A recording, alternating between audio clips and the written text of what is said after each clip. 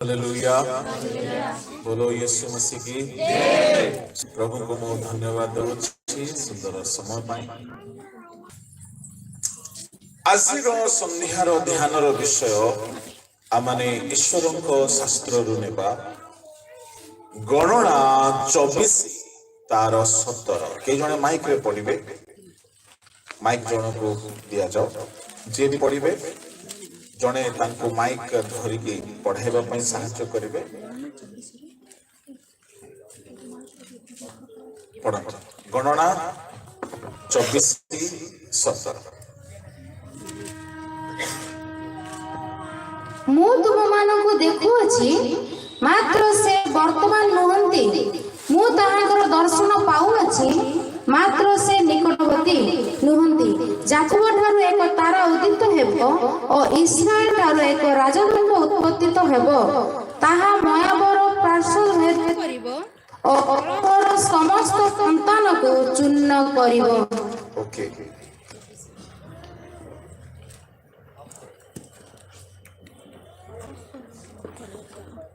असंतो आमने चक्षु बंद करिबा। मो पदे प्रार्थना करिबी। प्रार्थनार सहित आमने वाक्य आडकु जिबा। मंगलमय स्वर्गीय महानामर धन्यवाद हेउ एही संध्या आम प्रत्येकଙ୍କ ପାଇଁ प्रभु तुम्भर स्वर्गीय रब शुणिबार संध्या हेउ।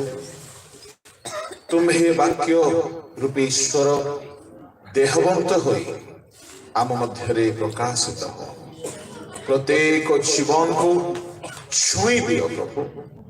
तुम वाक्यर शक्ति केबे निरर्थक हुए नाही। एही बेला रे तुम वाक्यर शक्ति रे आम समस्त को सिक्त हेबा प्रभु। स्वर्ग उन्मुक्त रख राजा। तुम शक्ति एठारे गमनागमन प्रत्येक सहित आलाप तुम ठारे समर्पित होई प्रार्थना यीशु नाम रे मांगे आमेन। जहार जहार मोबाइल रिंगटोन मोड रे अछि दया करी साइलेंट करिवे। गोटे घंटा को पाई हुए तो ताठु कम समय आमे बसिबा जेहेतु शीतर समयटे काली कि आमे ताहार बाकी समय लाभ उठै पारिबा। आजिर ध्यानर विषय हेउछि जाकुबंक तारा। क्रिसमस समय रे आम्हे माने केमिति छाड़ी के क्रिसमस सेलिब्रेशन करिबा।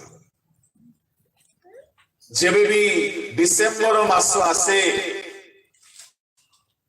बहुत प्रकारे आयोजन हुए, साजसज्जा हुए, आओ बेलून तो थाए ही भिन्न भिन्न प्रकार साजसज्जा मध्यरे गोटे विशेष साजर विषय होची star. Christmas tree, Santa Claus आओ लाइटिंग स्टार ए सबो बाइबल रु किछि किछि निया जाईछि, किछि किछि कहानी अटे। मो गोटिए विषय को आपनक सम्मुख रे रखिबी आउ जहा होछि क्रिसमस सीजन रे बहुल परिमाण रे आमे साजसज्जा रे देखि थाउ ताहा होछि स्टार। सांता क्लॉज बाइबल रो लोक बाइबल रे लेखा नहांती से कुआडू आसिले छाड़ अलग कथा। सेलिब्रेशन रे लोक मानको मनोरंजन दरकार तेणु से मध्य आसी जाइछन्ति। किंतु स्टार संबंध रे बाइबल आम मानको बहुत गभीर एवं निगूढ़ सत्यासत्य प्रकाश करे। प्रिय ईश्वर लोक माने बाइबल रे आमे 7 गोटी तारा संबंध रे देखुछु। से भीतर गोटे तारा होछि जाकुबंक तारा जे कि स्वयं प्रभु यीशु ख्रीष्ट। हालेलुया। तेबे एही स्टार संबंधरे बहुत ध्यान सहित शुणु। ओडिया रे स्टार शब्द को भिन्न भिन्न प्रतिशब्द दिया जाइछि। तारा, नक्षत्र, सितारा इत्यादि, केतु। किंतु इंग्राजी रे गोटे मात्र शब्द ताहा होछि स्टार। प्रभु को लोक माने एणु करी मु आपन को आज स्टार शब्द ही बारंबार कहबी। सितारा, सितारा, नक्षत्र, केतु कहले हुए तो किछि किछि भूल भाल हो जाय पारे। आमे दुनिया रे अनेक स्टार मानन को देखो व्यक्ति भाव रे। किछि किछि स्टार एठी मध्ये अछंती, राइट।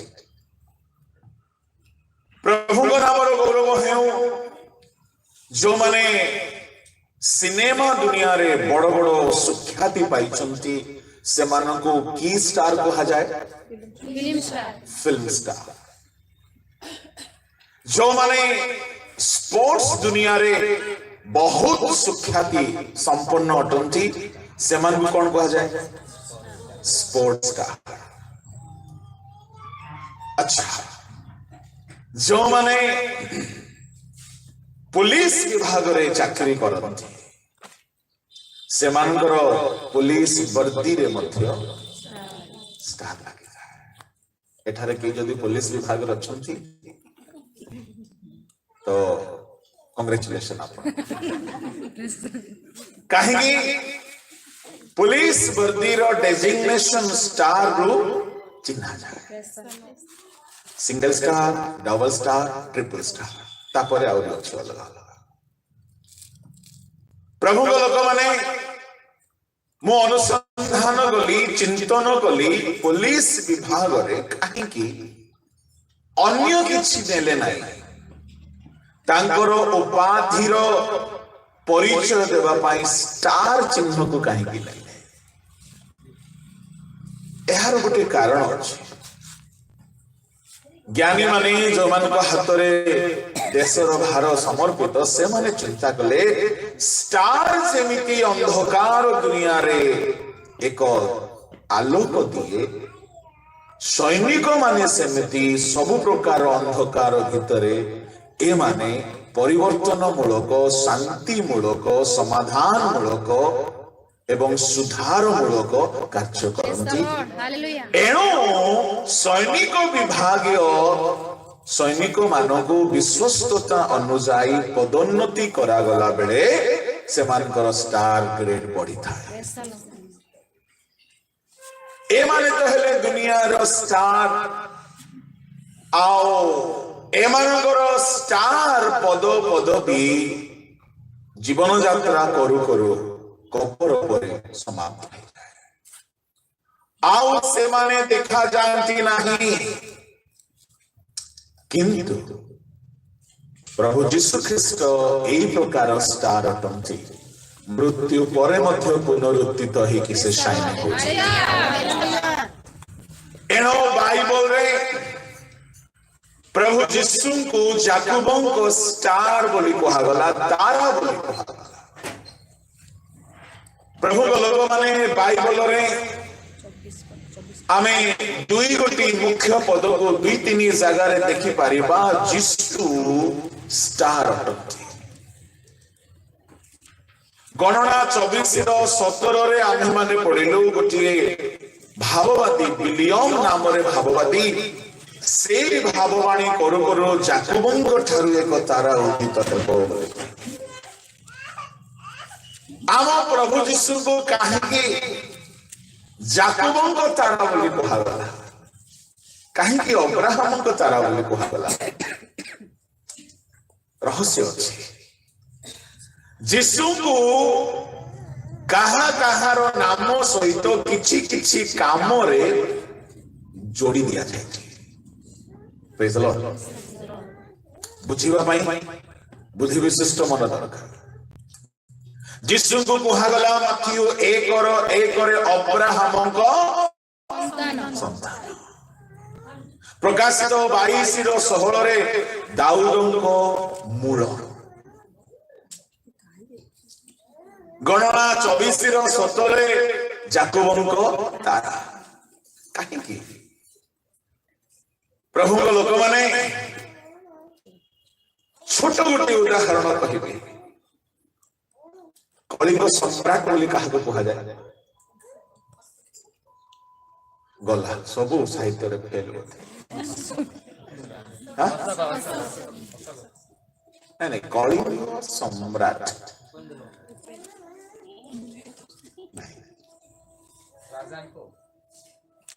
ବେଶୀ ବେଶୀ ଚିନ୍ତା କରୁଛନ୍ତି। କଳିଙ୍ଗ ସମ୍ରାଟ ଉପାଧି ଏବେ ଏବେ ମିଳିଲା ବିଜୁ ପଟ୍ଟନାୟକ, ପାଠ ବହିରେ ନାହିଁ। କଳିଙ୍ଗ ସମ୍ରାଟ ଠିକ କହିଲେ? ମୁଁ ଯଦି ଭୁଲ ଥିଲେ କ୍ଷମା କରିବେ, କାହିଁକି ଇତିହାସରେ ନାହିଁ। ମୁଁ ଗୋଟେ ଜାଗାରେ ପଢିଲି କଳିଙ୍ଗ ସମ୍ରାଟ କାହିଁକି କୁହାଗଲା।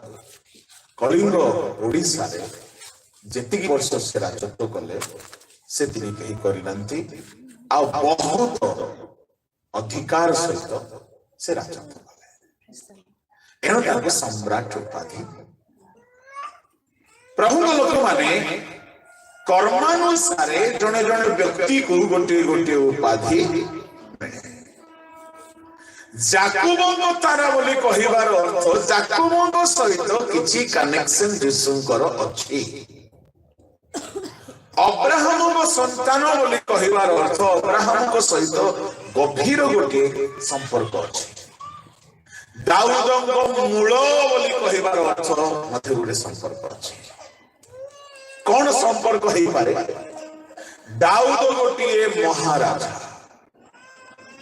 ଆଉ ଯୀଶୁ ହଉଛନ୍ତି ରାଜା ମାନଙ୍କ ରାଜା। ହାଲେଲୁୟା। ଯଦି ଦାଉଦ ଗୋଟିଏ ଗଛ, ଯୀଶୁ ହଉଛନ୍ତି ତହିଁର ମୂଳ। ମୂଳରୁ ଯେସାୟା 11 ଏକ ପଦ ଜଲ୍ଦି ପଢ।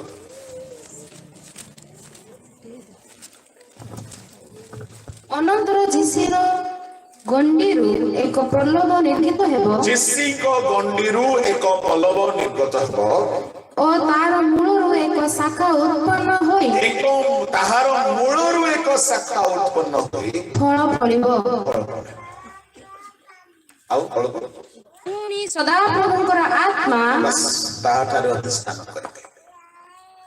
ଦାଉଦ ରାଜା ଅଟନ୍ତି। ଦାଉଦଙ୍କର ମୂଳ ବୋଲି କହିଲେ ଦାଉଦଙ୍କର ଯେଉଁ ପ୍ରକାରର ରୁଲିଂ ପାୱାର ଥିଲା, ପ୍ରଭୁ ଯୀଶୁ ସେଇ ପ୍ରକାର ଅନନ୍ତ କାଳ ରାଜତ୍ୱ କରନ୍ତି। ପ୍ରଭୁଙ୍କ ଲୋକମାନେ ଯାକୋବଙ୍କ ତାରା ବୋଲି କହିବାର ଅର୍ଥ ଯାକୋବଙ୍କ ଜୀବନରେ ଅନେକ ମହତ୍ ବିଷୟ ରହିଛି। ସେ ଭିତରୁ ଗୋଟିଏ ବିଷୟ ହେଉଛି ଯାକୋବ ପୁରା ବାଇବଲରେ ଜଣେ ବ୍ୟକ୍ତି ଯିଏକି ଯୁଦ୍ଧରେ ପରମେଶ୍ୱରଙ୍କୁ ଜିତିଥିଲେ। Throughout the Bible there is only one person who overcame God. ପରମେଶ୍ୱରଙ୍କ ସହିତ ଯୁଦ୍ଧ କରି ଯାକୋବ ପରମେଶ୍ୱରଙ୍କୁ ମଧ୍ୟ ଜୟଲାଭ କରିଥିଲେ। ଆଉ ପରମେଶ୍ୱର ତାଙ୍କ ବିଶ୍ୱାସ ଜୀବନରେ ଅନେକ ପରିସ୍ଥିତିରେ ଯାକୋବଙ୍କୁ ବିଜୟୀ ଦେଖିଛନ୍ତି। ଯାକୋବ ସବୁ ପରିସ୍ଥିତିକୁ ଜୟ କରିଛନ୍ତି। ଏଣୁ ସେ ଯାକୋବଙ୍କ ତାରା ବୋଲି କହିବାର ଅର୍ଥ ସେ ବିଜୟୀ ଲୋକମାନଙ୍କର ତାରା ଅଟନ୍ତି। ହାରି ଯାଇଥିବା ଲୋକମାନଙ୍କର ତାରା। ଆମେ ତ ଖ୍ରୀଷ୍ଟମାସରେ କାଗଜ ତାରାରେ ସନ୍ତୁଷ୍ଟ ହେଇଯାଉଛୁ, ଆମେ ଲାଇଟର ତାରାରେ ସନ୍ତୁଷ୍ଟ ହେଇଯାଉଛୁ, କିନ୍ତୁ ଆମ ପ୍ରଭୁ ଯୀଶୁ କାଗଜ ତାରା ନୁହନ୍ତି, ବିଜୟୀ ତାରା। ହାଲେଲୁୟା। ପ୍ରକାଶିତ 22:16 ତାଙ୍କୁ କୁହାଗଲା, ପଢନ୍ତୁ। ଆମ୍ଭେ ଯୀଶୁ ମଣ୍ଡଳୀ ମାନଙ୍କ ନିମନ୍ତେ ତୁମମାନଙ୍କ ନିକଟରେ ଏହି ସମସ୍ତ ସାକ୍ଷ୍ୟ ଦେବା ପାଇଁ ଆମର ଦୂତକୁ ପ୍ରେରଣ କରିଅଛୁ। ଆମେ ଦାଉଦଙ୍କ ମୂଳ ଓ ବଂଶଜ, ସେ ଉଜ୍ଜଳ ପ୍ରଭାତୀ ତାରା। ଆମେ ଦାଉଦଙ୍କ ବଂଶଜ, ଦାଉଦଙ୍କ ମୂଳ, ଉଜ୍ଜଳ ପ୍ରଭାତୀ ତାରା। तामाने इंग्लिश रे कहा जाए ब्राइट मॉर्निंग स्टार, साधारण स्टार नोट, ब्राइट माने उज्जवल प्रभाती तारा के प्रभु जीसु। हालेलुया। तेरे प्रभु लोक माने जाकुबंगो तारार काम कोण, जाकुबंगो तारा उदित हेबे आउ से कोण करिवे पढ़तु टिके गणना 24:17 सेठारे दुई गोटी कामर कथा लेखा अछि। ମୁଁ ତୁମମାନଙ୍କୁ ଦେଖୁଅଛି ମାତ୍ର ସେ ବର୍ତ୍ତମାନ ନୁହନ୍ତି, ମୁଁ ତାହାଙ୍କର ଦର୍ଶନ ପାଉଅଛି ମାତ୍ର ସେ ନିକଟବର୍ତ୍ତୀ ନୁହନ୍ତି। ଯାକୁବ ଠାରୁ ଏକ ତାରା ଉଦିତ ହେବ ଓ ଇସ୍ରାଏଲ ଠାରୁ ଏକ ରାଜଦଣ୍ଡ ଉତ୍ଥିତ ହେବ। ତାହା ମୟାବର ପାର୍ଶ୍ୱ ଭେଦ କରିବ ଓ କଳହର ସମସ୍ତ ସନ୍ତାନକୁ ଚୂର୍ଣ୍ଣ କରିବ। ଯାକୁବଙ୍କ ତାରା ଦୁଇ ଗୋଟି କାମ କରିବେ। ନମ୍ବର 1 ମୟାବର ପାର୍ଶ୍ୱକୁ ଭେଦ କରିବେ। ନମ୍ବର 2 କଳହର ସନ୍ତାନ ମାନଙ୍କୁ ଚୂର୍ଣ୍ଣ କରିବ। ଚୂର୍ଣ୍ଣ ପ୍ରେଜ୍ ଦ ଲର୍ଡ। କେମିତି ତାରା ଆଜ୍ଞା? ବିଜୟୀ ତାରା। ଚୂର୍ଣ୍ଣ କରିବାର ତାରା। ଏଇ ତାରା ଚୂର୍ଣ୍ଣ କରିବେ ବୋଲି କହିଲେ ଚୂର୍ଣ୍ଣ ହେବା ପୂର୍ବରୁ ଯୁଦ୍ଧ ଅଛି। ଯୁଦ୍ଧ ନହେଲେ କି ଚୂର୍ଣ୍ଣ ବିଚୂର୍ଣ୍ଣ କରାଯିବ? तामाने जाकुबंगो तारा प्रभु यीशु ख्रीष्ट क्रूसरे शयतानर मस्तक को चूर्ण कले। प्रभु को लोक माने मयाबर पार्श्व को भेद करिवो।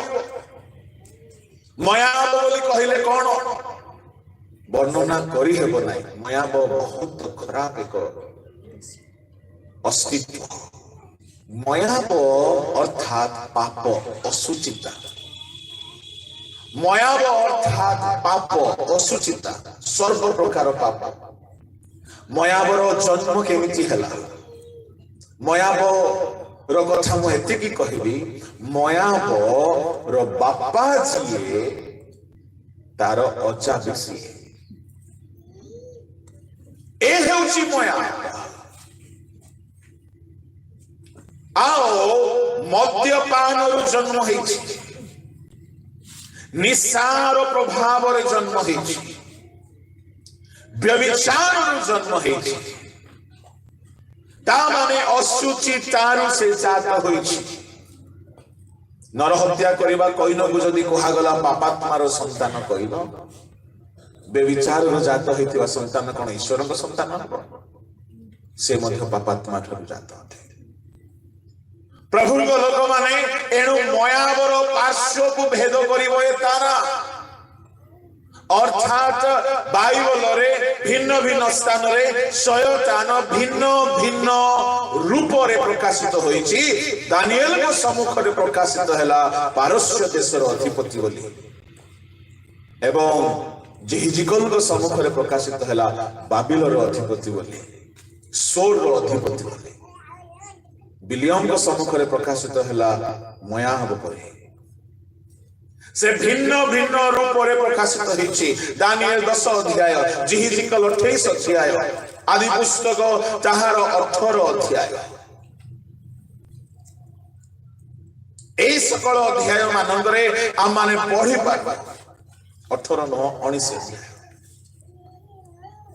प्रभु लोक माने तेरे मयाबर पार्श्व को भेद करिवो एवं कलहर संतान मानकु चूर्ण करिवार तारा होचंती प्रभु यीशु ख्रीष्ट। हालेलुया। आदि पुस्तक 3:15 रे कहा गला तमे ताहार मस्तक को चूर्ण करिवो। ता माने जाकुबंक तारा उदित हेले शयतानर मस्तक को चूर्ण करिवो। Praise the Lord. हालेलुया। तामाने भाबी देखंतु क्रिसमस रो पर्वर सेलिब्रेशन रो केंद्र बिंदु होची शयतानर मस्तक को चूर्ण। हालेलुया। जदि ताहा हे कागज तारा टांगी दे आमे जदि खुशी हे गले आमो ठारू अधम फटा कपाळिया कि शयतान भी चाहुथिबो तमे कागज तारा रे खुशी था। प्रभु लोक माने आम प्रभु यीशु ख्रीष्ट शयतान को चूर्ण करिबा। যদি আম জীবନରେ শয়তান যদি হারি ନାହିଁ তাহলে প্রভাতী তারার আলোক আম উপরে আসি ନାହିଁ। প্রভুଙ୍କ ଲୋକମାନେ ଦ୍ୱିତୀୟ ପିତର 1 ଅଧ୍ୟାୟର 19 ପଢନ୍ତୁ। ଏ ତାରା କେଉଁଠି ଦେଖାଯିବା ଦରକାର? ଏଥିରେ ଭାବବାଣୀ ଆମମାନଙ୍କ ନିକଟରେ ଅଧିକ ଦୂର ହୋଇଅଛି। ଦୂରକୁ ରଖି ପଡ।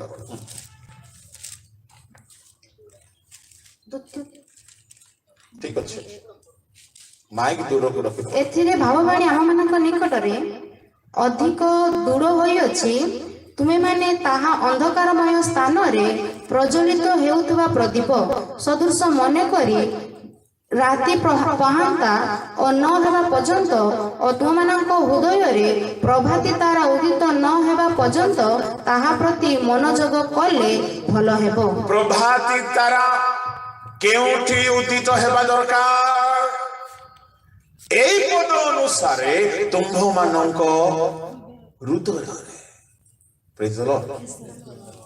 ଯାକୋବଙ୍କ ତାରା ପ୍ରଭୁ ଯୀଶୁ, ପ୍ରଭାତୀ ତାରା, ଉଜ୍ଜଳ ପ୍ରଭାତୀ ତାରା ପ୍ରଭୁ ଯୀଶୁ କେଉଁଠାରେ ଉଦିତ ହେବା ପାଇଁ ବୋଲି ବାଇବଲ କହୁଅଛି? ହୃଦୟରେ। ୱାଓ! ନା ଚର୍ଚ୍ଚର କାନ୍ଥରେ, ନା ଘରର କାନ୍ଥରେ? ହୃଦୟରେ।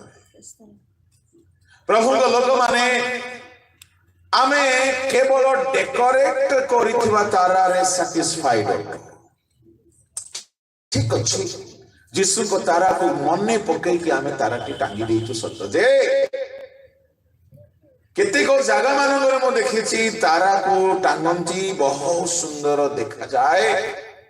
ଡିସେମ୍ବର 31 ଯାଏ କଷ୍ଟେ ମଷ୍ଟେ ସେ ତାରା ଥାଏ ସେଠାରେ। 31 ହେଲା ପରେ 1 ତାରିଖରେ ସୁନ୍ଦରରେ କାଢିକି ଫୋଲ୍ଡ କରିକି ଷ୍ଟୋର ରୁମରେ, କାହିଁକି ପୁଣି ଆସନ୍ତା ଡିସେମ୍ବରରେ ବାହାରିବ କିଣିବା ଦରକାର ନାହିଁ। ଭଲ ଭାବରେ ରାପ୍ କରିକି କାଗଜରେ ସାଇତି କରିକି ଷ୍ଟୋର ରୁମରେ ରଖାଯାଏ। ସତ କହୁଛି, ସତ କହୁଛି, ଏକ ଅନୁଭବ ଅଛି। ଏବେ ଯୀଶୁଙ୍କର ତାରା କୋଉଠି ରହିଲେ? Store room. ପୁଣି କେବେ ବାହାରିବେ? ଆଉ ଆର ବର୍ଷ। ସେ ଅଛନ୍ତି ଷ୍ଟୋର ରୁମରେ ଲକ୍ ନାହିଁ। କୁଆଡୁ ମିଳିବ ଆମକୁ ଜୟ? ପ୍ରଭୁଙ୍କ ଲୋକମାନେ ଏଣୁ କରି ଖ୍ରୀଷ୍ଟମାସ ଯଦି ପାଳନ କରିବେ, ଆକ୍ଷରିକ ଭାବରେ ନ ହୋଇ ଆତ୍ମିକ ଭାବରେ। এই তারা কান্থরে, কাগজরে, গ্রিটিং কার্ডরে, হোয়াটসঅ্যাপরে, ফেসবুকরে তো বেশি বুলুଛୁ, কিন্তু এ তারার প্রকৃত উদিত হেবা স্থান হଉଛି মনুষ্য। যদি ଆପଣଙ୍କ ହୃଦୟରେ ପ୍ରଭୁ ଯୀଶୁ ସ୍ଥାନ ପାଇନାହାନ୍ତି, ତେବେ ପ୍ରଭାତୀ ତାରା ଉଦିତ ହେଇନାହାନ୍ତି। ପ୍ରଭୁଙ୍କ ଲୋକମାନେ, ତାରାର କଥା ମୁଁ ଆପଣଙ୍କୁ ଆରମ୍ଭରୁ କହିଲି। ଦୁନିଆର ତାରା ହେଉ, ଆକାଶର ତାରା ହେଉ, ଦୁନିଆର ଷ୍ଟାର ମାନେ ହୁଅନ୍ତୁ, ସେ ଯେ କେହି ହୁଅନ୍ତୁ, କାହାରି ଜୀବନ ଉପରେ ସେମାନେ ପ୍ରଭାବ ପକାନ୍ତି। ତେଣୁ ସେମାନଙ୍କୁ ଷ୍ଟାର ବୋଲି କୁହାଯାଏ। ସ୍ପୋର୍ଟସରେ ହେଉ, ସିଙ୍ଗିଂ ଦୁନିଆରେ ହେଉ, କ୍ରିକେଟ ଦୁନିଆରେ ହେଉ, ଫୁଟବଲ ଦୁନିଆରେ ହେଉ, କି ପୋଲିସ ସୈନିକ ବିଭାଗରେ ହେଉ, ସେମାନେ ପ୍ରଭାବ ପକାନ୍ତି ସମାଜ ଉପରେ। ଫିଲ୍ମ ଷ୍ଟାର କଥା କହିବି ନାହିଁ, ସେମାନେ ଦୁଷ୍ପ୍ରଭାବ ପକାନ୍ତି। ତାଙ୍କେ ଯେମିତି ପିନ୍ଧିଲେ ଆଙ୍କେ ସେମିତି ପିନ୍ଧିଲେ, ତାଙ୍କେ ଯେମିତି ଫୁଙ୍କିଲେ ସିଗାରେଟ ଆଙ୍କେ ସେମିତି ଫୁଙ୍କିବେ। ପ୍ରଭାବ ନାହିଁ, ସେଟା କଣ ପ୍ରଭାବ? ଦୁଷ୍ପ୍ରଭାବ। ତଥାପି ସେମାନଙ୍କୁ ଷ୍ଟାର, ବଡ ବଡ ଷ୍ଟାର ସେମାନେ। ଦିନେ ଗୋଟିଏ ଷ୍ଟଡିରେ ପଢୁଥିଲି କି ଦୁନିଆର ଷ୍ଟାର ମାନଙ୍କ ମଧ୍ୟରେ ଟପ୍ ମୋଷ୍ଟ ଷ୍ଟାର ହେଲେ ଫିଲ୍ମ ଷ୍ଟାର, ସେକେଣ୍ଡ ଗ୍ରେଡରେ ଆସନ୍ତି ସ୍ପୋର୍ଟସ ଷ୍ଟାର। ଦୁନିଆ ସେମାନଙ୍କୁ ହିଁ ଷ୍ଟାର ବନେଇ ଦେଇଛି, ଯୋଉମାନେ କି ପ୍ରଭାବ ସହିତ ଦୁଷ୍ପ୍ରଭାବ ପକାଉଛନ୍ତି। ପ୍ରଭୁଙ୍କ ଲୋକମାନେ, ଷ୍ଟାର ପ୍ରଭାବ ପକାଏ, ଦୁନିଆରେ ହେଉ କି ଈଶ୍ୱରଙ୍କ ପାଖରେ ହେଉ। যদি দুনিয়ার স্টার মানে প্রভাব দুষ্প্রভাব পকাନ୍ତି কবর পরে সমাপ্ত হয়ে যাନ୍ତି ଆଉ ସେମାନେ উঠি পারନ୍ତି ନାହିଁ ତେବେ ଅନନ୍ତ କାଳ ସ୍ଥାୟୀ ରାଜା ମାନଙ୍କ ରାଜା ପ୍ରଭୁ ମାନଙ୍କ ପ୍ରଭୁ ମୃତ୍ୟୁଞ୍ଜୟ ହେଇଥିବା ଷ୍ଟାର ଯଦି ଆପଣଙ୍କ ହୃଦୟରେ ଉଦିତ ହେବ ଆଉ କେବେ ଅନ୍ଧକାର ରହିବ ନାହିଁ। ହାଲେଲୁୟା ପ୍ରେଜ୍ ଦ ଲର୍ଡ। ତାମାନେ এই ଷ୍ଟାର ଆମ ହୃଦୟରେ ଲାଇଟ ଆଣିବା ଦରକାର। ଆମ ହୃଦୟରେ ଲାଇଟ ଆଣିବା ଦରକାର। ଉଦ୍ଦିତ ହେବା ଅର୍ଥ ରାଇଜ ହେବା। କୁହନ୍ତୁ ଯଦି ଆପଣଙ୍କ ହୃଦୟରେ ଯଦି ଗୋଟିଏ ଆଲୋକବତୀ ଜଳିଲା ଆପଣଙ୍କ କୋଠରୀରେ ଗୋଟିଏ ଆଲୋକବତୀ ଜଳିଲା ସେଇ ଜାଗାରେ ଅନ୍ଧକାର ରହିବ ନାହିଁ। ଯଦି ହୃଦୟରେ ଯୀଶୁ ରୂପକ ତାରା ଯଦି ଉଦ୍ଦିତ ହେଇଗଲେ ଅନ୍ଧକାର ରହିବ ନାହିଁ। କେଉଁ ଅନ୍ଧକାର? ବାଇବଲ 10 ଗୋଟି ଅନ୍ଧକାର କଥା ମୁଁ ମନେ କରୁଛି। ପ୍ରଥମ ଅନ୍ଧକାର ହେଉଛି ଘୃଣା ଭାବ। ପ୍ରଥମ ଯୋହନ 2 ଅଧ୍ୟାୟ ସେଠାରେ ଭାଇ ଭାଇ ମଧ୍ୟରେ ଘୃଣା ଭାବକୁ ଏକ ଅନ୍ଧକାର ବୋଲି କୁହାଯାଏ। ଅନେକ ଆସି ଖ୍ରୀଷ୍ଟମାସର ବହୁତ ନିଶାରେ ଅଛନ୍ତି କିନ୍ତୁ ନିଜ ଭାଇ ସହିତ କଥାବାର୍ତ୍ତା ନାହିଁ। 2:9 ଯେ ଆପଣ ଭାଇକୁ ଘୃଣା କରି କହେ ଯେ ସେ ଜ୍ୟୋତିରେ ଅଛି ସେ ଏପର୍ଯ୍ୟନ୍ତ ସୁଦ୍ଧା ଅନ୍ଧକାରରେ ଅଛି। ଭାଇକୁ ଘୃଣା, ଶାଶୁକୁ ଘୃଣା, ଯାକୁ ଘୃଣା, ପଡୋଶୀକୁ ଘୃଣା, ବର୍ତ୍ତମାନ କମିଟି ପୂର୍ବତନ କମିଟିକୁ ଘୃଣା, ଅନ୍ୟର ଉନ୍ନତି ଦେଖି ଘୃଣା। যে ঘৃণা করে সে এবে মধ্য অন্ধকারে ଅଛି। ଆପଣଙ୍କ ହୃଦୟରେ କାହା ପ୍ରତି ଟିକେ ଯଦି ଘୃଣା ଭାବ ଅଛି ତାମାନେ ଅନ୍ଧକାର ଅଛି। ତାମାନେ ପ୍ରଭାତୀ ତାରା ଉଦିତ ହୋଇନାହିଁ। ତମେ କାଗଜ ତାରାରେ ଖୁସି ଥିବ। ଅନ୍ଧକାରର ଦ୍ୱିତୀୟ ଡେଫିନେସନ ହେଉଛି ବେଦନା। ଜିସାୟ 9:1 ଫଟାଫଟ ପଢିବେ।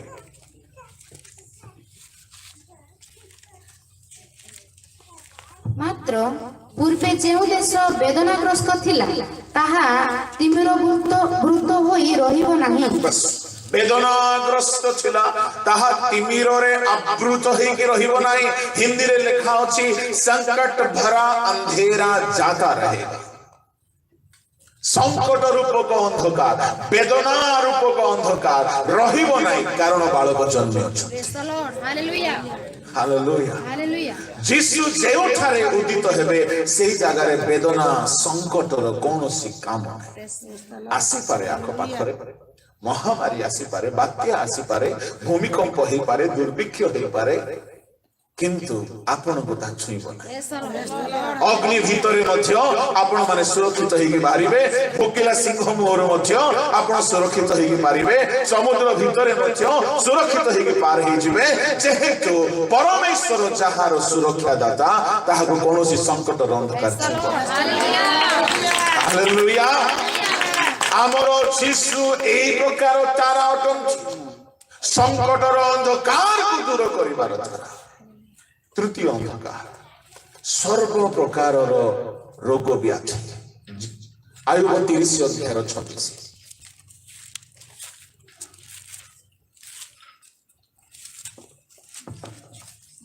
ମୁଁ ମଙ୍ଗଳ ଅପେକ୍ଷା କରିବା ବେଳେ ଅମଙ୍ଗଳ ଉପସ୍ଥିତ ହେଲା, ପୁଣି ମୁଁ ଆଲୁଅର ଅପେକ୍ଷା କଲା ବେଳେ ଅନ୍ଧକାର ଆସିଲା।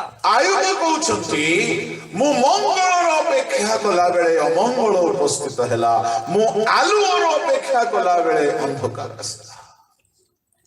ଆୟୁବଙ୍କର 7,000 ମେଷ ଥିଲା, ସେ ଅପେକ୍ଷା କରୁଥିଲେ ଆଉ ଗୋଟେ କେତେ ହଜାର ବଢିଯାଅ, କିନ୍ତୁ ଦେଖିଲା ବେଳକୁ ସବୁ ପୋଛି ହେଇକି ପୋଡିଗଲା।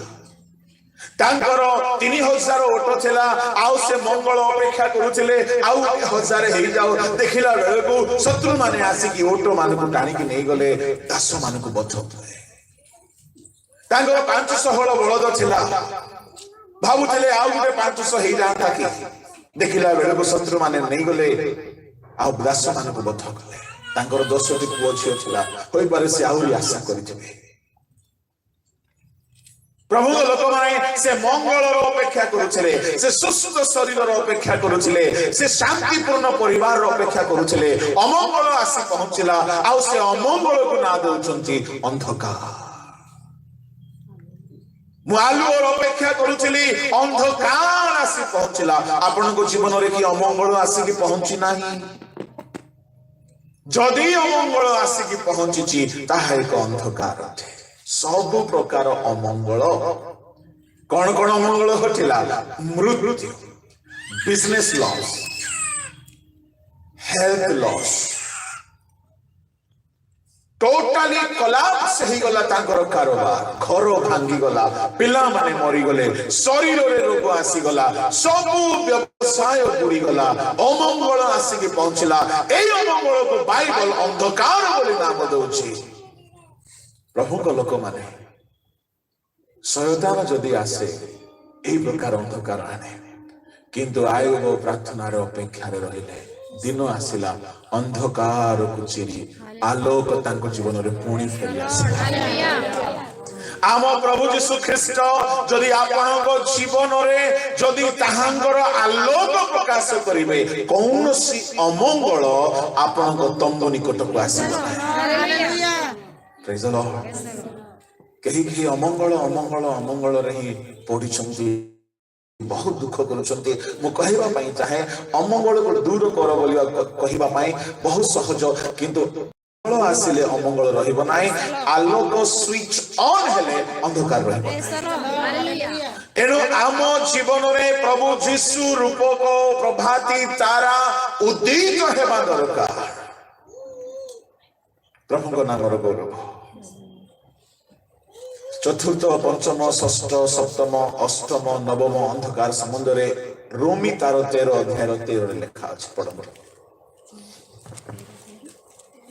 रंगरस ओ मततारे लंपटता ओ कामुकतारे विवाद ओ ईर्ष्यारे आचरण न करी आस आमे माने दिवसर विहित भद्र आचरण करू 12 पद रात्र पाहांत होइवती दिवस सन्निकट अथे आस आमे माने अंधकारर कर्म सब परित्याग करी आलोकर सजा परिधान करू अंधकारर कर्म को परित्याग कर कोन कोन अंधकारर कर्म नंबर 1 रंगरस ओ मततारे द्वितीय रोहित मो सहित कनेक्टेड रहो खाली परिवार बोले कि hallelujah praise the Lord singers माने चाहती म्यूजिशियन माने कौन सिंगर चाहती सेमती बाजा बजाते राइट प्रीचर माने चाहती जो माने बाइबल पढ़िबे प्रीचर रो फील को से माने बुझिबा दरकार कनेक्शन करिबा दरकार ट्रांसलेशन रे स्पीकर ट्रांसलेशन को केबे हेले चाहती नहीं कि से मोर शब्द को केते सुनुची कहूची कौन कहूची से मो सहित लागि ताहले कौन हेबो आत्मारे आत्मा जदि से माने एक हो गले से अन्य मनस्क थिले मते ठीक वर्ड बाहर पड़ो एहा मु देखि छी प्रेज द लॉर्ड एनो कनेक्शन दरकार प्रेज द लॉर्ड हालेलुया तेबे एठारे 6 गोटी अंधकार कथा कुहागला रंगरस गोटी अंधकार रंगरस कथा कोन कहिबी दुनिया तो पूरा सेथिरे बर्बाद हो जाय एमिति बर्बाद हलानी जे गिरजाघर भितरे मध्ये चाली छे अंधकार दूर रही नाही तारा किंतु जळुची कोठी कांथरे भीतर किंतु रंगरस अंधकार अछि कहबा कथा नहीं दुखर सहित मु कहूची एमिति केतेक गिरजा अछि एते रंगरस रे बुड़ी गले जे क्रिसमस दिन निक्कर पिंदी के नाचु माने कोठारे से मने माताल ही दै छथि देखंत शयतान खूब तार चातुरी रे लोक मानकु बणा कर दै छै प्रभु लोक माने सावधान ଆପଣ ପ୍ରଭୁ ଯୀଶୁଙ୍କର ଜନ୍ମ ପର୍ବକୁ ଭଲରେ ବୁଝନ୍ତୁ। ତାହା ଅନୁଭବ କରିବାର ପର୍ବ ଅଟେ। ଖାଲି ତାହା ଡେକୋରେସନର ପର୍ବ ନୁହଁ, ଖାଇବା ପିନ୍ଧିବାର ପର୍ବ ନୁହଁ, ତାହା ଅନୁଭୂତିର ପର୍ବ ଅଟେ। ଯଦି ଆପଣ ଅନୁଭବରେ ତାହା ପାଳନ କରିବେ ନାହିଁ, ଆଉ କେବଳ ଯଦି ସେଠାରେ ପବିତ୍ରତା ଦେଖାଯିବ ନାହିଁ, ତ ପ୍ରଭୁ କହିବେ ଆମେ ତୁମର ପର୍ବକୁ ଘୃଣା କରୁ। ଇଶାୟା 1:21 ପଢନ୍ତୁ।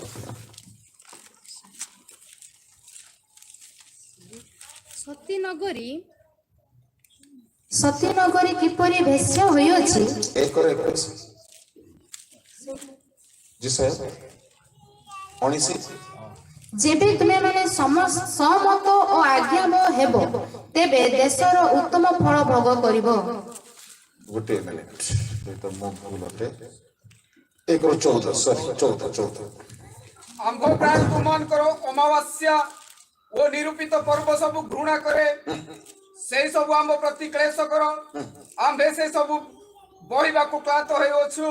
ତୁମର ପର୍ବକୁ ଆମର ପ୍ରାଣ ଘୃଣା। ପ୍ରଭୁଙ୍କ ଲୋକମାନେ କାହିଁକି ଘୃଣା କରିବେ? ଘୃଣ୍ୟ କାମ ହେଲେ ଘୃଣା କରିବେ। ଆପଣ ଭଲ ଖାଦ୍ୟକୁ ଘୃଣା କରନ୍ତି କି? ଆପଣ କଣ ଭଲ ଦରମାକୁ ଘୃଣା କରନ୍ତି କି? ଭଲ ପାଆନ୍ତି। ପ୍ରଭୁ କାହିଁକି ପର୍ବକୁ ଘୃଣା କରୁଛନ୍ତି? ପର୍ବର ଯେଉଁ ନିୟମ ତାହା ଲୋକମାନେ ଭଙ୍ଗ କରିଦେଇଛନ୍ତି। ପର୍ବର ଅନେକ ରୁଲ୍ସ ଅଛି, ସେ ଭିତରୁ ଗୋଟିଏ ଫଣ୍ଡାମେଣ୍ଟାଲ ରୁଲ ହେଉଛି ପବିତ୍ରତା। ଲେବିୟ 23 ଅଧ୍ୟାୟ ତାହାର 1-2 ପଢନ୍ତୁ। ଅନନ୍ତର ସଦାପ୍ରଭୁ ମୋଶଙ୍କୁ କହିଲେ, ତୁମ୍ଭେ ଇସ୍ରାଏଲ ସନ୍ତାନଗଣକୁ କୁହ, ତୁମ୍ଭେ ମାନେ ସଦାପ୍ରଭୁଙ୍କର ଯେ ସକଳ ନିରୂପିତ ପର୍ବ ପବିତ୍ର ସଭା ବୋଲି ଘୋଷଣା କରିବ। ନିରୂପିତ ପର୍ବ ଅର୍ଥାତ୍ ପବିତ୍ର ସଭା। There must be holiness in the festival. ପର୍ବର ମିନିଂ ହେଉଛି ପବିତ୍ର ସଭା। ପର୍ବ ବୋଲି କହିଲେ ରଙ୍ଗରସରେ ମାତାଲ ହେବା ନୁହଁ।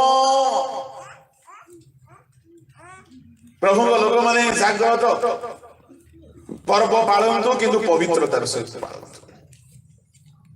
ପର୍ବ ପାଳନ୍ତୁ, କିନ୍ତୁ ଅନୁଭବରେ ପାଳନ୍ତୁ, ଅନ୍ଧକାରରେ ନାହିଁ। ରାତ୍ରି ପାହାନ୍ତା ହେଲାଣି, ନିଦ୍ରାରୁ ଜାଗ୍ରତ ହେବାର ସମୟ ଉପସ୍ଥିତ। ଏଣୁ ଅନ୍ଧକାରର କର୍ମ ସବୁ ତ୍ୟାଗ କର। କଣ କଣ କର୍ମ? ରଙ୍ଗରସ ଗୋଟିଏ କର୍ମ, ଆଉ ଗୋଟିଏ ମତ୍ତତା। ମତ୍ତତା ବୋଲି କହିଲେ କଣ ବୁଝୁଛନ୍ତି ଭାଇ ଭଉଣୀ ମାନେ? ମତ୍ତତା ମାନେ ପି କରି ମାତାଲ। ତା ମାନେ ମଦ୍ୟପାନ ଗୋଟିଏ ଅନ୍ଧକାର। ଗୋଟିଏ ରିସର୍ଚ୍ଚର କଥା, ସର୍ଭେର କଥା କହିବି। ଭାରତର ନ୍ୟାସନାଲ ମିଡିଆ କିଛି ବର୍ଷ ତଳେ ଗୋଟିଏ ସର୍ଭେ କରିଥିଲା। ସର୍ଭେରେ ଭାରତରେ କେତେ ପରିମାଣରେ ମଦ୍ୟପାନ ହୁଏ ସର୍ଭେ ଥିଲା, ଆଉ କେଉଁ ଋତୁରେ ବେଶୀ ମଦ୍ୟପାନ ହୁଏ ତାହାର ସର୍ଭେ ଥିଲା। ସର୍ଭେ ହେଲା ବେଳକୁ ଜଣା ପଡିଲା ଶୀତ ଋତୁରେ ଲୋକେ ବେଶୀ ମଦ୍ୟପାନ କରନ୍ତି, ବିଦେଶୀ ମଦ ଆଉ ସ୍ୱଦେଶୀ ମଦ। ଏବଂ ଶୀତ ଋତୁର କେଉଁ ମାସରେ ବେଶୀ ମଦ୍ୟ ବିକ୍ରି ହୁଏ? କୋଉ ମାସ? ଡିସେମ୍ବର ମାସ। ପୁଣି ସେମାନେ ସର୍ଭେ କଲେ କି ପୁରା ଟୋଟାଲ ଟ୍ରାଞ୍ଜାକ୍ସନ୍ସ କୁ ସେମାନେ ବାହାର କଲେ କି କେଉଁ ଦିନ ମାନଙ୍କରେ ବେଶୀ ଟ୍ରାଞ୍ଜାକ୍ଟ ହେଇଛି ମଦ ଦୋକାନରେ। ଦେଖିଲା ବେଳକୁ ଜଣା ପଡିଲା ଡିସେମ୍ବର 24 ରୁ 31। କିଏ କିଣିଲେ କି ବାପା, ଆଉ କିଏ ପିଇଲେ? ଆପଣ ମାନେ ନାହିଁ, ମୁଁ ତ ଜମା ନାହିଁ। ଆଜ୍ଞା ଆପଣ? ଆଜ୍ଞା ମଧ୍ୟ ନାହିଁ। ଏ 24 ରୁ 31 ଭିତରେ ବୋଧେ ରାତିରେ କୋଉ ଭୂତ ଆସିକି ପିଇଥିଲେ। ବର୍ଷ ସାରା ଗିର୍ଜା ନ ଯିବା ଲୋକ ସେଦିନ ରାତିରେ ପକେଇବେ ଆଉ ଗିର୍ଜା ଯିବେ। ତାଙ୍କର ଖ୍ରୀଷ୍ଟମାସ ସେତିକି। ପ୍ରଭୁଙ୍କ ଲୋକମାନେ ଏବେ ବି ଆମ କମ୍ୟୁନିଟିରେ ଗାଁ ମାନଙ୍କରେ ସେଦିନ ପି କରି ଡ୍ୟାନ୍ସ ହୁଏ। କଣ ଡ୍ୟାନ୍ସ? ରଙ୍ଗବତୀ, ପାନ ବାଲା ବାବୁ, ଆଲୋ ରସମଲେଇ। ଏଟା ଆମ ସମୟରେ ହଉଥିଲା ଆଜ୍ଞା ଗୀତରେ। ଦେଶୀ ଦାରୁ। ମୁଁ ପିଲା ଥିଲା ବେଳେ ଯୋଉ ଗୀତରେ ହେଉଥିଲା ମୁଁ ସେଇଟା କହିଲି। ଏବେ କୋଉ ଗୀତ ମୁଁ ଜାଣିନାହିଁ।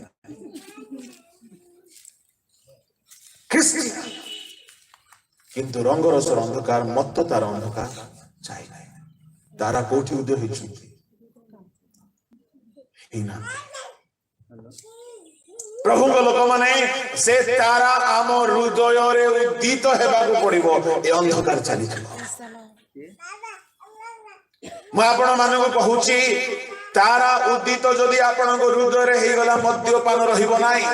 ପ୍ରଭୁଙ୍କର ଆଲୋକ ପ୍ରକାଶିତ ହେଇଗଲା, ରଙ୍ଗରସ ରହିବ ନାହିଁ। ରଙ୍ଗରସ, ମତ୍ତତା। ତୃତୀୟ ହଉଛି ଲମ୍ପଟତା। ଲମ୍ପଟତା ବୋଲି କହିଲେ ବହୁତ ଖରାପ ଜିନିଷ। କୃତ୍ରିମ ଯୌନ ଆଚରଣ। ଚତୁର୍ଥ ବିବାଦ, କାମୁକତା। କାମୁକତା। ପଞ୍ଚମ ବିବାଦ ଓ ଈର୍ଷାରେ। ବିବାଦ। ଆଜି ଦେଖନ୍ତୁ ଗିର୍ଜା ମାନଙ୍କରେ ବହୁତ ଶାନ୍ତି। ଇଲେକ୍ସନ ଦିନ ତ ପୁରା ପ୍ରଶାନ୍ତ ମହାସାଗର ପରିସ୍ଥିତି। ବିବାଦ ଚାଲିଛି, ଈର୍ଷା ଚାଲିଛି। ବେଦୀରେ ବି ଈର୍ଷା। ଏସବୁ ଗୋଟିଏ ଗୋଟିଏ ଅନ୍ଧକାର ଦୂର ହେଇନାହିଁ, କାରଣ ତାରା କାନ୍ଥରେ ଅଛି। ଏ ତାରା ଯଦି ଆମ ହୃଦୟରେ ଉଦିତ ହେଇଗଲେ ଅନ୍ଧକାର ରହିବ ନାହିଁ। ମୁଁ ପ୍ରଭୁଙ୍କୁ ଧନ୍ୟବାଦ ଦଉଛି। 1995 ମସିହାରେ ଏ ତାରା ମୋ ହୃଦୟରେ ଉଦିତ ହେଲେ। ଆପଣଙ୍କ ଜୀବନରେ କୋଉ କୋଉ ଦିନ, କୋଉ କୋଉ ବର୍ଷ ଏ ତାରା ଉଦିତ ହେବା ଦିନ ଠାରୁ ଆଉ ଅନ୍ଧକାର ରହିନାହିଁ। କିନ୍ତୁ କେହି କେହି ଏବେ ମଧ୍ୟ ଅଛନ୍ତି ଅନ୍ଧକାରରେ। ସେମାନଙ୍କ ହୃଦୟରେ ତାରା ଯେଉଁ ଦିନ ଉଦିତ ହେବେ ସେମାନଙ୍କର ଅନ୍ଧକାର ଦୂର ହେଇଯିବ। ଆଉ ସେମାନଙ୍କ ପାଇଁ ତା ପ୍ରକୃତ ଖ୍ରୀଷ୍ଟମାସ। ପ୍ରକୃତ ଖ୍ରୀଷ୍ଟମାସ ଡିସେମ୍ବର 25 ନୁହଁ। ପ୍ରକୃତ ଖ୍ରୀଷ୍ଟମାସ ତାରା ଉଦିତ ହେବା ଦିନ। ଯୀଶୁଙ୍କ ଜନ୍ମଦିନ ଗୋଟିଏ ତାରା ଦେଖାଗଲା। ଆପଣଙ୍କ ହୃଦୟରେ ଯୀଶୁ ଜନ୍ମ ହେବେ, ସେଇ ଦିନ ହିଁ ଆପଣଙ୍କ ପାଇଁ ଖ୍ରୀଷ୍ଟମାସ ଅଟେ। ପ୍ରଭୁଙ୍କ ଲୋକମାନେ এই ତାରା ଉଦିତ ହେବା ଦରକାର। ଉଜ୍ଜ୍ୱଳ ପ୍ରଭାତୀ ତାରା। ଉଜ୍ଜ୍ୱଳ ପ୍ରଭାତୀ ତାରା। ଧ୍ୟାନରେ ଶୁଣନ୍ତୁ, ଉଜ୍ଜ୍ୱଳ ତାରା ମାନେ ଉଜ୍ଜ୍ୱଳ ଆଲୋକ ଦେବ। ରାଇଟ? এই ତାରା ଯୀଶୁ ଅଟନ୍ତି। এই ତାରା ପାଉଲଙ୍କ ଜୀବନରେ ଥରେ ଆଲୋକ ପ୍ରଦାନ କଲା। ମହା ଆଲୋକ ଚମକି ଉଠିଲା ଦମେଶକ ମାର୍ଗରେ। ଗୋଟିଏ ଉଗ୍ରବାଦୀ, ଗୋଟିଏ ନରଘାତକ, ଗୋଟିଏ ଭୟଙ୍କର ଦୁଷ୍ଟ ବ୍ୟକ୍ତି ସାଧୁରେ ପରିଣତ ହେଇଗଲା। ଏ ହେଉଛି ସେଇ ତାରାର ଆଲୋକ, ଯୀଶୁଙ୍କର ଆଲୋକ।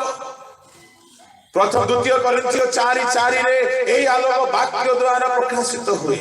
গীত সংহিতা 119 105 এই আলোক বাক্য দ্বারা প্রকাশিত হয়। এপ্রিল 6 অধ্যায়ের 4-6 এই আলোক আত্মাଙ୍କ শক্তি দ্বারা প্রকাশিত হয়। প্রভুଙ୍କ ଲୋକମାନେ এই আলোক যদি প্রকাশিত হেউ ନାହିଁ, তা মানে এ পর্যন্ত ଆମ ଜୀବନ ପରିବର୍ତ୍ତନ ହେବ ନାହିଁ, ସାଉଲ ପାଉଲ ହେବ ନାହିଁ। ଗୋଟିଏ ଉପବାସ ପ୍ରାର୍ଥନାରେ ମୁଁ ଥିଲି। ଅନଏକ୍ସପେକ୍ଟେଡ ଉପବାସ ପ୍ରାର୍ଥନା ସରିଲା, ବହୁତ ଭଲ ଲାଗିଲା। ପ୍ରଭୁଙ୍କ ଲୋକମାନେ ବାକ୍ୟ ପ୍ରଚାର କଲା ପରେ ନିଜେ ଅନୁଭବ କରିନିଅନ୍ତି କି ଆଜି କାମ ହେଇଛି ବୋଲି। ୱାର୍ସିପ କଲା ପରେ ବି ଅନୁଭବ ହେଇଯାଏ ଆଜି ପ୍ରଭୁ କାମ କରିଛନ୍ତି ବୋଲି। କାହାରି କହିବା ଦରକାର ନାହିଁ। ତ ଉପବାସ ପ୍ରାର୍ଥନା ସରିଲା, ମୁଁ ଫିଲ୍ କଲି ପ୍ରଭୁଙ୍କର ବହୁତ ଜବରଦସ୍ତ ଉପସ୍ଥିତି ଥିଲା। ମତେ ଉପବାସ ସରିଲା ପରେ ଖାଇବାକୁ, କାହା ସାଙ୍ଗରେ କଥା ହେବାକୁ ଇଚ୍ଛା ହେଉନଥାଏ। ସରିଲା, ଚାଲି ଆସିଲି। 2 ବର୍ଷ ଖଣ୍ଡେ ହେବାକୁ ଗଲା ବେଳକୁ ମୁଁ ଭାବିଲି, ମୁଁ ଏତେ ଅଞ୍ଚଳକୁ ଆସିଛି, କିଛି କାମ ହେଉଛି କି ନାହିଁ। କାହିଁକି ମୁଁ ଆସେ, ପୁଣି ନେକ୍ସଟ ମିଟିଂ ଥାଏ ତ ସରୁ ସରୁ ବାହାରି ଯାଏ, କାହା ସାଙ୍ଗରେ କଥା ନାହିଁ, ବାର୍ତ୍ତା ନାହିଁ। ଆଉ ମୋର ସ୍ୱଭାବ ଟିକେ ଏମିତି ଚୁପଚାପ ରହିବା ସ୍ୱଭାବ ତ ଲୋକ ଆହୁରି ବେଶୀ କଥା ହେବେନି ମୋ ସାଙ୍ଗରେ। ପ୍ରଭୁଙ୍କ ନାମର ଗୌରବ। ଦିନେ ଗୋଟିଏ ପାଷ୍ଟର ମାନେ ବସିଥିଲି ଗୋଟେ ଜାଗାରେ ମିଟିଂ ସରିଲା ପରେ ମୁଁ କହିଲି ଆଚ୍ଛା ସତ କୁହନ୍ତୁ ମୁଁ ଆସୁଛି କିଛି ଲାଭ ହଉଛି? ସେ ଭିତରେ ଜଣେ ଦୁଷ୍ଟ ଲୋକଟା ବସିଛି। ସେ କହିଲା ଆଜ୍ଞା ମୁଁ 1 ନମ୍ବର ଘୋଡ଼ା ମଦୁଆ ଥିଲି ଆଜ୍ଞା। ଥିଲ ନା ଏବେ ବି ଅଛ? ନାଇଁ ଆଜ୍ଞା ଥିଲି। ଆଚ୍ଛା ତ ଏବେ? ଆଜ୍ଞା ଶୁଣନ୍ତୁ ଆପଣ ସେ ଯୋଉ ଉପବାସ ପ୍ରାର୍ଥନାରେ ଆସିଥିଲେ ସେ ଉପବାସ ପ୍ରାର୍ଥନାରେ ବାକ୍ୟ ସରିଲା ପରେ ଆପଣ ପ୍ରାର୍ଥନା କଲେ ସମସ୍ତେ ଆଣ୍ଠେଇଥିଲୁ। ଆଜ୍ଞା ମୋ ଦେହରୁ କିଛି ଗୋଟେ ବାହାରିଗଲା। ତାପରଠାରୁ ଆଉ ମଦ ପିଇବାକୁ ଇଚ୍ଛା ହେଉନି ଆଜ୍ଞା। Praise the Lord. Hallelujah. ପ୍ରଭୁଙ୍କ ଲୋକମାନେ ଯେତେବେଳେ ପରମେଶ୍ୱରଙ୍କ ଆଲୋକ ପ୍ରକାଶିତ ହୁଏ ମଦ୍ୟପାନର ଅନ୍ଧକାର ରହିବ ନାହିଁ। ଏଣୁ ଆଜି ତାରା ଉଦ୍ଦୀତ ହେବା ଦରକାର। ପ୍ରଭୁଙ୍କ ନାମର ଗୌରବ ହଉ। ଏହି ପ୍ରକାର ତାରା ଏହି ପ୍ରକାରର ଅନ୍ଧକାରକୁ ଦୂର କରିପାରିବ। ପ୍ରଭୁ ଯୀଶୁ ଯଦି ଆପଣଙ୍କ ଜୀବନରେ ଉଦ୍ଦୀତ ହେଲେ ମନେ ରଖନ୍ତୁ ପ୍ରିୟମାନେ ସେଇଦିନ ହିଁ ପ୍ରକୃତରେ ଖ୍ରୀଷ୍ଟମାସର ଆଲୋକ ଆପଣ ପାଇଲେ। ଏହା ଅନୁଭବ କରିବାର ଏକ ବିଷୟ ଅଟେ। ପ୍ରଭୁଙ୍କ ନାମର ଗୌରବ। ତେବେ ପ୍ରଭୁ ଯୀଶୁ ଆମ ହୃଦୟରେ ଉଦିତ ହେବା ଦ୍ୱାରା ଏ 9 ପ୍ରକାର ଅନ୍ଧକାର ଦୂର କରିବେ। 10ମ ଅନ୍ଧକାର ହେଉଛି ସହାୟତା। କଲୋସିୟ 1:13 ପଢିବା ଦରକାର ନାହିଁ। ଏଫେସିୟ 6:12 ସୈତାନକୁ ଅନ୍ଧକାର ବୋଲି କୁହାଯାଇଛି। ଏ 10 ଗୋଟି ଅନ୍ଧକାର ଦୂର ହେବ ଯଦି ଆଲୋକର ତାରା ଯଦି ଉଦିତ ହେଇଯିବେ। ଆଚ୍ଛା ଆମ ଯୀଶୁ ଆମ ହୃଦୟରେ ଉଦିତ ହେବା ପାଇଁ ଚାହାନ୍ତି ଷ୍ଟାର ଭାବରେ ସାଇନିଂ କରୁଥିବେ। ଆଲୋକ ବାହାରୁଥିବେ। ଆମ ଜୀବନ ଆଲୋକିତ ହେବ। ଆମ ଦ୍ୱାର ଅନ୍ୟମାନେ ଆଲୋକିତ ହେବେ। ଆପଣଙ୍କ ଗୀତ ଦ୍ୱାରା ଆପଣଙ୍କ ବାକ୍ୟ ଦ୍ୱାରା ଆପଣଙ୍କର କଥା ଦ୍ୱାରା ଆପଣଙ୍କ ପ୍ରେର ଦ୍ୱାରା ଅନ୍ୟମାନେ ଆଲୋକ ଦେଖିବେ। ଅନ୍ଧକାର ପଳେଇବ କାହିଁକି ହୃଦୟରେ ଷ୍ଟାର ଆଲୋକ ଅଛି। ଆପଣ ଯୁଆଡେ ଯିବେ ଅନ୍ଧକାର ଦୂର ହେଇ ଚାଲିବ। ଆପଣଙ୍କର ଅଜାଣତରେ ଲୋକମାନେ ପ୍ରଭୁଙ୍କର ପବିତ୍ରତାକୁ ପାଇବେ। ମନ ପରିବର୍ତ୍ତନ କରିବେ। ଆଜ୍ଞା ମଦ ଛାଡ଼ିଦେଲି, ଆଜ୍ଞା ପାପ ଛାଡ଼ିଦେଲି, ଆଜ୍ଞା ରଙ୍ଗରସ ଛାଡ଼ିଦେଲି, ଆଜ୍ଞା ବ୍ୟଭିଚାର ଛାଡ଼ିଦେଲି। କନ୍ଧମାଳର ଗୋଟେ ଗାଁ ଥିଲା। ଗାଁର ନାଁ ଟିକେ ମନେ ପଡୁନାହିଁ। ଗମାଣ୍ଡି ବା ଗୁଣ୍ଡିମା ଏମିତି କଣ ଗୋଟେ ଗମାଣ୍ଡି ରାଇକିଆ ପାଖରେ ସିଟି କନଭେନସନ ଥିଲା। ମୁଁ ଆହୁରି ରେଭରେଣ୍ଡ ନିହାର ବର୍ଦ୍ଧନ 2 ଜଣ ସ୍ପିକର ହେଇକି ଯାଇଛୁ। ଆଉ ମିଟିଂ କ୍ଲୋଜ ହେବା ଉପରେ ଅଛି। ଜଣେ ଭୟଙ୍କର ପର୍ସନାଲିଟି ଗୋଟେ ଲୋକ ଆସିଲେ ସିରିୟସ ଚେହେରା। ତାଙ୍କୁ ଦେଖିଲେ ଟିକେ ଯାହା କହିଲେ ଭୟ ଲାଗିବ। ତ ସିଏ ଆସୁଛନ୍ତି। ମୁଁ ଦେଖିଲି ଆଉ ନ ଦେଖିଲା ପରେ ଚୁପଚାପ ଅଛି। ମୁଁ ଟିକେ ଚିନ୍ତା କଲି କିଛି ଆକ୍ରମଣ କରିବାକୁ ଆସୁନାହାନ୍ତି। ସେ ଧୀରେ ଧୀରେ ମୋ ପାଖକୁ ଆସୁଛନ୍ତି। ମୁଁ ଦେଖୁନି ତାଙ୍କୁ। ମୁଁ ଭାବୁଛି ବର୍ଦ୍ଧନ ଆଡକୁ ଯାଆନ୍ତୁ କିନ୍ତୁ ମୋରି ପାଖକୁ ଆସିଲେ ଚୁପଚାପ ଅଛନ୍ତି। ଆଉ କହିଲେ ଆଜ୍ଞା ନମସ୍କାର। କାନ୍ଦିବା ଷ୍ଟାର୍ଟ କଲେ। କଣ ହେଲା? ଆଜ୍ଞା ମୁଁ ସବୁ ପ୍ରକାର ପାପ କରୁଥିଲେ। ସବୁ ଚୋରି, ବ୍ୟଭିଚାର, ମଦ୍ୟପାନ, ମର୍ଡର ସବୁ କରୁଥିଲେ। ଗୋଟେ ଦିନ ୟୁଟ୍ୟୁବରେ ବାକ୍ୟ ଶୁଣିଲି ଆପଣଙ୍କର। ମତେ ଏମିତି ଲାଗିଲା ମତେ ଏସବୁ ଛାଡ଼ିବାକୁ ପଡ଼ିବ। ପରିବର୍ତ୍ତନ ହେଲେ ଆଜ୍ଞା ଆପଣଙ୍କୁ ଦେଖିବା ପାଇଁ ବହୁତ ଆଶା କରୁଥିଲି।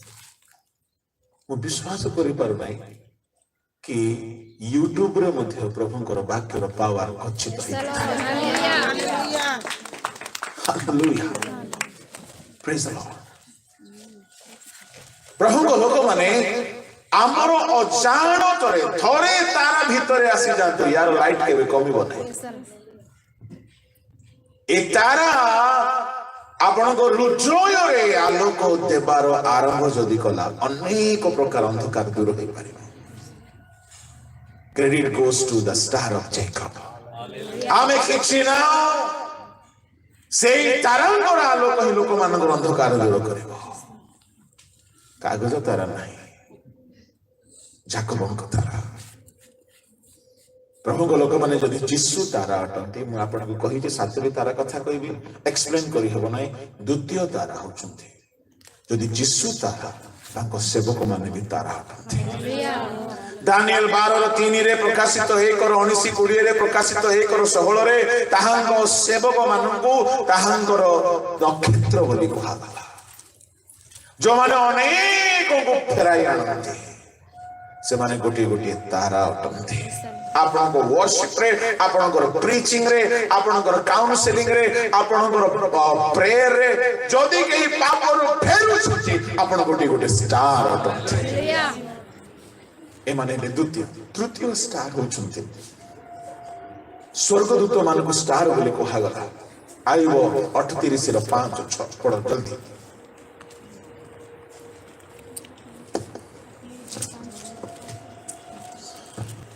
तुम्हें कि जान किए तहिर परिमाण निरूपण कल अबा किए तहि उपरे परिमापक रज्जु परिसारिला काहा उपरे तहिर भित्तिमूल दूरीकृत हैला अबा प्रभाती और नक्षत्र गण एक संगे गान करिबा बेले हां स्वर्गदूत मानको मॉर्निंग स्टार बोली कहा जायछि तृतीय दल ता माने स्वर्ग रे गोटे टीम अछंती से माने गीत गाउथि से माने मॉर्निंग स्टार अटंती प्रेज द लॉर्ड चतुर्थ तारा होचंती विश्वासी माने अब्राहम को संतान आदि पुस्तक 15 अध्याय ताहार 3 रु 5 जाय जदि पढ़िबे परमेश्वर अब्राहम को कहिले हमें तुमरो वंश को आकाश तारा गण तुल्य करबा प्रभु को लोक माने अब्राहम को पिला मान को प्रभु काहा पूरी करबा को चाहउछंती स्टार दुई गोटी मैटर रे क्वालिटी रे और क्वांटिटी रे क्वालिटी रे स्टार परिसे माने शाइनिंग करिवे और क्वांटिटी रे स्टार परिसे माने अगणित हेबे केउ माने अब्राहम को संतान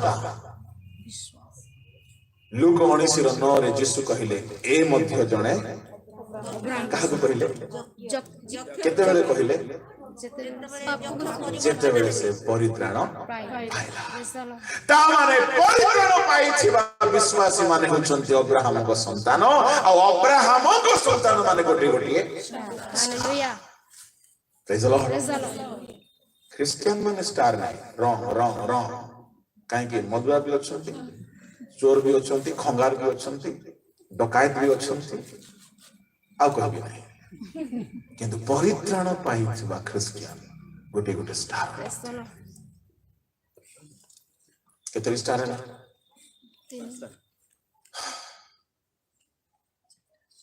पंचम स्टार होची लूसीफर मॉर्निंग स्टार बोली कहा जाय प्रत्युषर पुत्र प्रभाती तारा देखंतु यीशु उज्जवल प्रभाती तारा और से ठक प्रभाती तारा जागृत कंफ्यूज हेबे नै षष्ठ तारा होचंती बैकस्लाइडेड सेवक माने जिहुदा 1:13 केतु भ्रमणकारी केतु बोली कहा गला सप्तम तारा जहाँ को प्रभु चतुर्थ दिन में सृष्टि गले आकाश मंडल रे अछंती एई प्रकारे धर्मशास्त्र 7 गोटी तारा कथा कहे प्रिय माने क्रिसमस समय रे हम माने तारा को मने पकाओ तारा को झुलाओ तारा रो आलोक देखि खुशी हो किंतु तारा हम हृदय रे शाइनिंग देबा दरकार अंधकार दूर करबा दरकार आ ताहा जदि हे गला तो आपन जीवन रे आउ के बेले अंधकार राजत्व करिवो नाही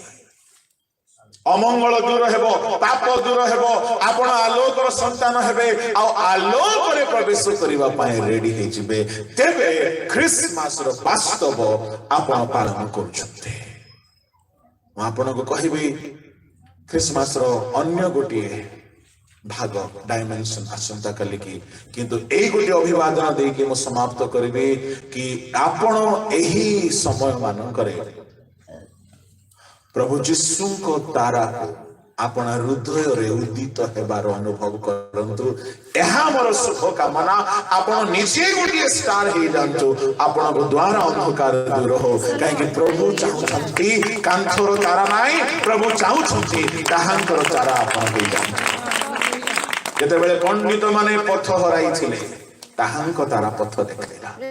ଆଜି ଦୁନିଆରେ ଅନେକ ପଥ ହରାଇ ବସିଛନ୍ତି, ଭୁଲ ପଥରେ ଯାଇଛନ୍ତି। କିଏ ପଥ ଦେଖାଇବ? ଯୀଶୁଙ୍କ ନିକଟକୁ ଆଣିବା ପାଇଁ ତାରା। ଆପଣ ପଥ ଦେଖାଇବା ତାରା ହୁଅନ୍ତୁ। ପ୍ରଭୁ ଆଶୀର୍ବାଦ କରନ୍ତୁ।